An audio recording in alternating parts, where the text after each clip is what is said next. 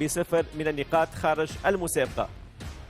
المجموعة 11، المنتخب الفرنسي في المركز الأول، كل الفرق 4 نقاط. اللي يحكم في هذه المجموعة هو فارق الأهداف أو الأهداف المسجلة. فرنسا في المركز الأول مع 1، ثم كندا نفس الترتيب مع أوغندا، ولكن المواجهة المباشرة كانت لكندا والشيلي في المركز الأخير، رغم أنه عندها 4 نقاط لم تتمكن من تحقيق التأهل. المركز 12 النمسا تأهلت ب9 نقاط في المركز الأول، مالي 6 نقاط تأهلت في المركز الثاني، مع الأسف السعودية 3 نقاط ونيوزيلندا 0 من النقاط لم يحقق التأهل. السعودية خرجت بفارق ترتيب الروح الرياضية مقارنة بالمكسيك، تقريبا نفس الترتيب مع المكسيك. كل الفرق سجلت 3 أهداف وقبلت 5 أهداف، ولكن المنتخب السعودي لم يتأهل باعتبار ترتيب الروح الرياضية. على كل نشاهد الآن القرعة الخاصة بكأس العالم، طبيعي جدا بالنسبة للدور القادم. الأرجنتين ستواجه المكسيك، النمسا ستواجه تونس، إيطاليا التشيك، المغرب الولايات المتحدة الأمريكية، البرازيل الباراغواي في حوار لاتيني صرف، السنغال أوغندا في حوار إفريقي، فنزويلا كوريا الشمالية، المنتخب المصري سيواجه سويسرا، إيرلندا تواجه كندا، اليابان جنوب إفريقيا، ألمانيا تواجه بوركينا فاسو، فرنسا تواجه كولومبيا، زامبيا تواجه مالي، كرواتيا أوزباكستان، كوريا الجنوبية مع إنجلترا، والبرتغال في حوار قوي جدا سيواجه المنتخب البلجيكي. شاهدنا القرعة الخاصة بكأس العالم، قرعة قوية على كل المستويات. نبدأ بالمشاركة العربية، نبدأ بالمنتخب المغربي مع كابتن رشيد طاوسي. المنتخب المغربي سيواجه منتخب الولايات المتحدة الأمريكية، وأعتقد القرعة نسبيا جيدة. منتخب الولايات المتحدة الأمريكية منتخب قوي، ولكن القرعة نسبيا جيدة بالنظر لما شاهدناه في الدور الأول. فصحيح بأن القرعة بالنسبة للمنتخب المغربي مقارنة مع المنتخبات العربية الأخرى، مقارنة بتونس ومصر، أرحب. لماذا؟ لهذه الاعتبارات. أول شيء، وإحنا دائما نتكلموا على الإنجاز اللي حققه المنتخب أقل من 20 سنة، ولعب مع الولايات المتحدة، ومن قبل لعب معه مباريات ودية. يعني كل ما هذه الفرق تدرسها بشكل جيد كتدخل يعني بواحد النفسية عالية جدا، خصوصا وأنه المنتخب المغربي في هذا الدور الأول لم يظهر بالمظهر المشرف، وتأرى في المباراة الأخيرة حتى يمكن يتأهل، ولكن هذا الشيء غيعطيه واحد الدافع نفسي وحافز نفسي كبير جدا حتى هو يمكن يثبت نفسه ويحدو ما حداه أقل من 20 سنة.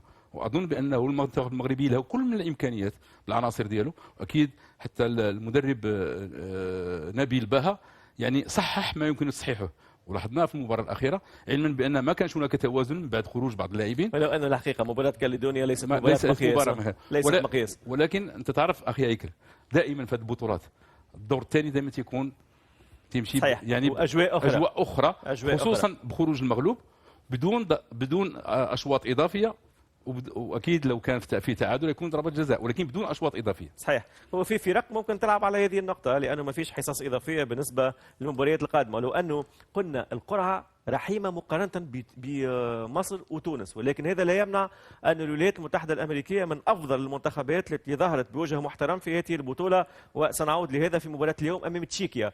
منتخب مع كابتن محمد منتخب مصر يلعب مع سويسرا افضل المنتخبات في هذه البطوله، اظهر وجه محترم جدا.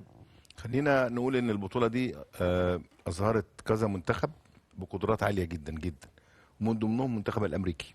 انا اتفرجت عليه باهتمام كبير جدا. النهارده المنتخب الامريكي بيلعب 7 لاعبين من الاساسيين ما بيلعبوش، بيلعب بيتحكم في الجيب بمنتهى السهوله، ما فيش اي فرق بين الاحتياطي والاساسي. في مباراه الامريكا مع المغرب مباراه قويه جدا جدا، لان هم بقى لهم 4 سنين مع المدرب، يعني جيل متاسس، مختارين اللاعبين باعتناء، مهتمين بيهم جدا. لو تتفرج على الفرقه النهارده فرقه منظمه قويه جدا. احنا قلنا كابتن محمد قلنا منتخب قوي جدا، ولكن قلنا مقارنه بمصر وتونس جول كيبر بتاعهم هايل، الاثنين ستوبرز اقوياء جدا، عندهم سرعات قدام عاليه جدا، فالماتش قوي. واتمنى طبعا التوفيق للمغرب، ولكن انا بتكلم على المنتخب الامريكي.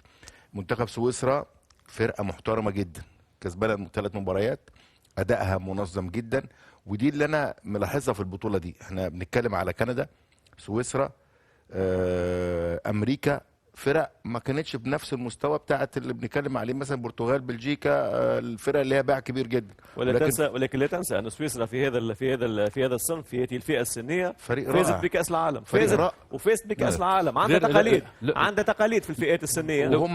لو سمحت اتفضل، نتكلم على اتفضل. المنتخبات العربيه. المنتخبات العربيه كلها، تونس، المغرب ومصر، ارحم فريق هو المغرب، لانه انا حسب وجهه نظري النمسا وسويسرا اظهروا مستوى اكثر من منتخب امريكا. هايل. احنا اتفقنا ان البطوله دي طلعت لنا فرق ومنتخبات تحس ان الكوره في العالم بتتغير حقيقي. اليابان متغيره تماما. ماتش منتخب مصر مع سويسرا ماتش قوي جدا. اعتقد رب ضاره النافعه. المباراه اللي فاتت ما كناش في يومنا قوي، وما كناش متوفقين في بعض الحاجات، كان لينا فرص، كان ممكن نتعادل في الشوط الاول، واعتقد الجول كان هدف 100%، لكن الحكم الله يسامحه. مش ده الموضوع، لكن تسلل، جول، هدف، ولكن مش ده الموضوع. احنا تعرف التسلل هي حقيقه مكانيه، وقع تشيكه من مساعد من الحكم الرابع حتى تكون الامور واضحه. فقط نوضح للساده المشاهدين، مش نتحدثوش بطريقه عاطفيه كابتن محمد، لانه تعرف التسلل في هذه البطوله يقع تشييكه من قبل الحكم الرابع، ويقع تشييكه بصفه اوتوماتيكيه بالفيديو. لا، تشيك بالحكم، مطالب الحكم الرابع انه يقوم بتشييكه. المهم هو كده في ظروف معينه في المباراه دي، مش ده موضوعنا، لكن احنا نخرج منه ان الولاد اعتقد ان هم بالنسبه لهم كان هزه جامده جدا. عرفوا ان المباريات قويه، وصلوا المباراه الثالثه هم منهكين جدا، لان هم ودي من ضمن النقط اللي لعبت عليها اليابان اعتقد من وجهه نظري كان من اذكى منتخبات اللي في الادوار الاولانيه اللي عرفت تعمل روتيشن صح.